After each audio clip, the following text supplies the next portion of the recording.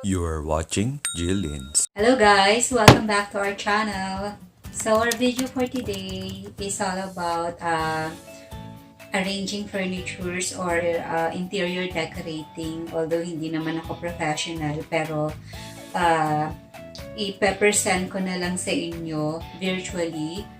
Kasi since may ginawa na ako before na interior decorating sa isang 12 square meters apartment, since ito yung isa to sa mga tinatanong sa akin kasi may video kami ng bare or unfurnished na studio type apartment na parang nag-makeover kami pero wala namang furniture or talagang ano lang siya, ang pinakaalaman lang namin yung flooring, yung wall, yung ceiling, yung CR, tapos yung kitchen, pero walang decoration yun, walang furniture. So, meron na kaming ginawa na isa na 12 square meters, pero iba yung ano niya. Kumbaga, meron siyang poste sa gitna. This time, 12 square meters din, pero walang poste sa gitna. At saka, iba yung pwesto ng CR, iba yung pwesto ng kitchen, iba yung pwesto ng mga windows, ganon. So, eto naman yung itatry kong ayusan virtually and tingnan natin kung ano yung kalalabasan. Okay, so keep on watching!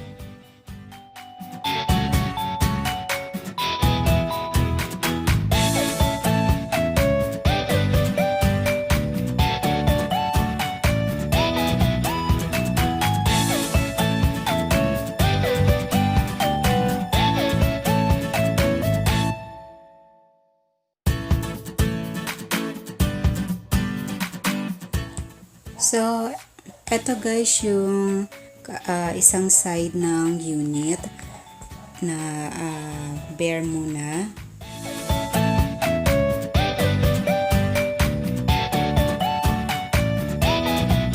So, ang goal natin dito, since apartment to, hindi tayo pwedeng magbutas sa wall or magdikit ng kung ano-ano sa wall, sa ceiling, sa flooring.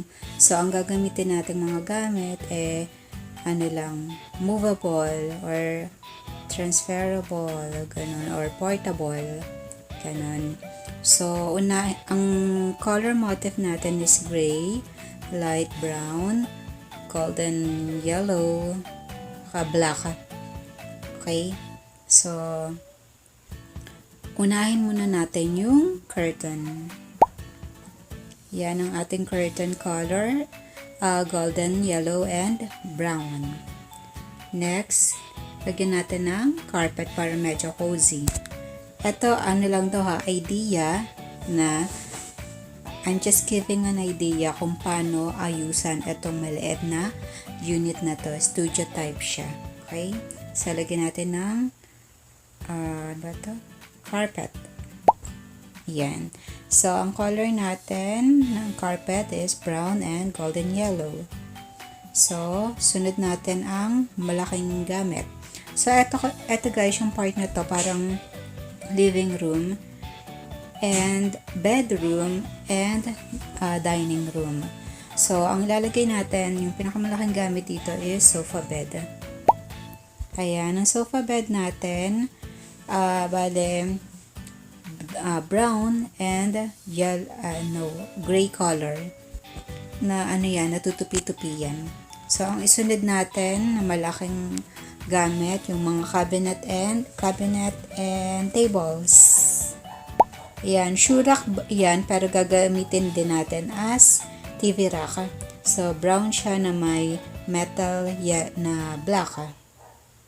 Next, yung parang side table natin, open na lang siya sa baba para pwede pang maglagay ng gamit sa baba kung ano man, kung anong gamit yon. So, dark brown siya. Next, parang office desk yan. So, parang ano na rin siya, side table, dark brown din. So, since office desk siya, naglagay rin tayo ng office chair. Then, lagyan natin ng mga abubot, mga appliances. So, yan. Since hindi nga pwede magbutas sa wall, pinatag na lang natin sa shoe rack na ginawa na rin natin TV rack. So, last time dun sa makeover natin, wala man lang mga wall painting, ganyan, mga portrait. So, naglagay tayo ngayon na ang color niya is malapit-lapit din sa wall. Okay? So, nag-add ako ng accent pillow sa sofa bed, which is golden brown. So, dalawa yung nilagay natin na lamp, magkabilang side, kasi parang night table na rin itong dalawang table na to. At the same time, magagamit mo rin sa pag nagwo-work ka dito sa office desk ka. So, yan, yung office desk, naglagay na tayo kunwari ng laptop. So, since hindi na tayo gagamit ng wall clock, alarm clock na lang yung ginamit natin na tinabi rin natin sa sofa bed para pagkagising, syempre, ayan, katabi niya na yung alarm clock. Tapos, kitang-kita rin siya dahil studio type lang naman to, so kita lahat. Yan, so, dyan na rin sa table na yan na may alarm clock, dyan na rin niya ipapato yung mga bubot niya, like cellphone, kung matutulog, yan. So, yan yung itsura ng ating living room, dining room, and bedroom. Okay? So, sa kabilang side naman, so, ito yung kabilang side. Ayun, makikita mo yung office desk, nandun na siya. So, pagbukas mo ng pinto, meron pa dyan sa side na yan, na may window, tapos may aircon slot. So, kunwari may aircon na nakalagay talaga dyan.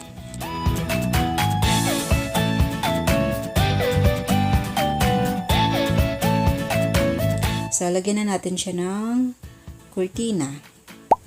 Ayan, golden, yellow, and brown. So, sunod natin yung malaking gamit dyan, which is the wardrobe cabinet. Kasi wala pa naman lalagyan ng damit. So, ayan. Ang ating wardrobe cabinet brown, may accent color na dark brown. So, kung mapapansin nyo, wala pa tayong mirror sa room. Body mirror. At wala rin mirror dun sa front ng cabinet. Ayoko dyan sa front ng cabinet kasi masyadong tapat ng pinto. Kaya sa feng shui medyo hindi okay siya. So, lagyan natin ng mirror dito sa gilid ng cabinet. Ayan, full body mirror siya. Nandyan siya sa gilid. So, kahit may aircon, pwede rin namang mag-electric fan tayo. Ayan. Stand fan ang pinili ko para movable siya. Tsaka, wala na rin kasing ibang papatungan. So, ganyan na lang. So, wala pa tayong lalagyan ng, sabitan ng mga abubot or na damit. So, maglagay tayo. Ayan. Meron na siyang sabitan. So, kompleto na dito sa side na to. Ayan. Ayun ang makikita mo pagbukas mo ng pinto. Binala kong ilagay dito yung sofa bed. Kaso, kapag nilatag siya, parang wala nang daanan papuntang kusina. So, nilagay ko na lang dito sa kabilang side yung sofa bed para medyo sulok. Ayan, nilagay ko na lang dito yung cabinet para kahit naka-open yung sofa bed, nasa sulok siya. May daanan pa rin papuntang kusina. Maluwag pa rin from main door to kusina. Kaya, punta na tayo sa kusina. Ayan. Ayan, ito na yung kusina natin. Ayun yung pinakamalapit na itsura ng bali set na yan, yung hanging table tsaka yung kitchen sink. Ayun na yung pinakamalapit na pwede kong ilagay na kitchen set dito sa app na to. So, although ang actual na cabinet gray. Ayan, nilagay ko na lang yung gray. Tapos, yung sa ibaba niya, curtain lang. Pero dito cabinet at yung curtain niya brown. Kaso, since set na yan, isang color lang. So, gray na lang.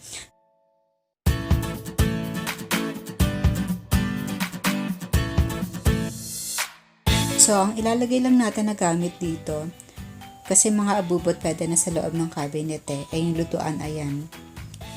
Naka-built-in kasi dyan, pero syempre, maglalagay na lang ng lutuan dyan yung tenant, tapos nandiyan na rin yung faucet. So, ang ilalagay na lang natin dito is yung storage, yung refrigerator na malaki rin.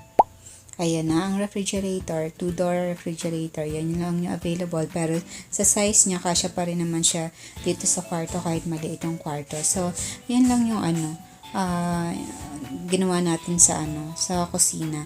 Kasi nga yung dining table nandun na malapit sa sa sofa bed. Kasi yun na rin yung living room, yun na rin yung dining room, yun na rin yung bedroom. So pwede nang kumain doon. Okay? So sunod natin yung katabi ng kusina, yung CR. So, ito yung CR. Ayun na yung kikita na natin yung toilet na hindi naman talaga ganyan. Wala namang flush yung actual natin. Kasi yun lang yung available dito sa app. Tapos, hindi ko mapapakita sa inyo yung kasi yung pinto medyo nakasara. So, yun lang.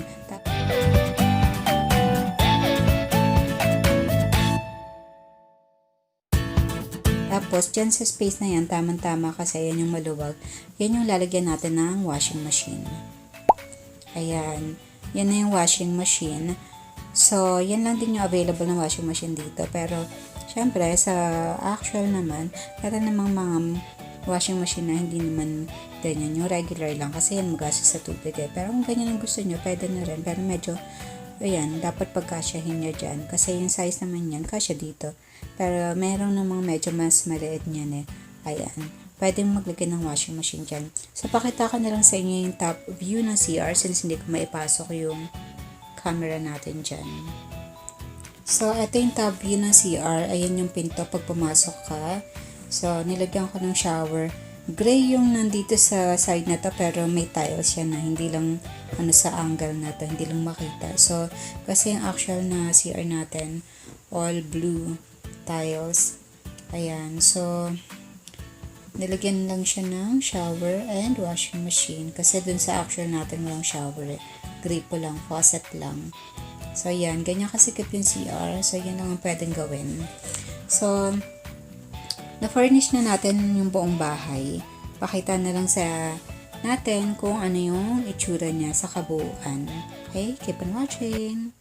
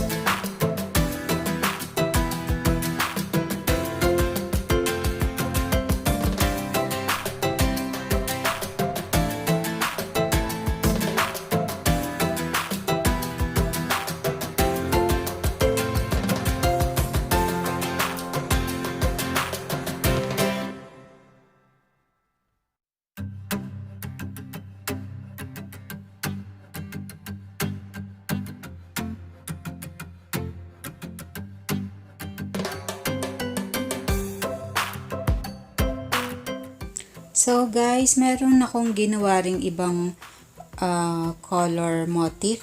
Pero same naman yung mga eyes ng gamit din. Iniba ko lang yung color. So eto yun, papakita ko na lang sa inyo yung buo. Hindi ko na isa-isahin kasi same lang naman yung mga gamit.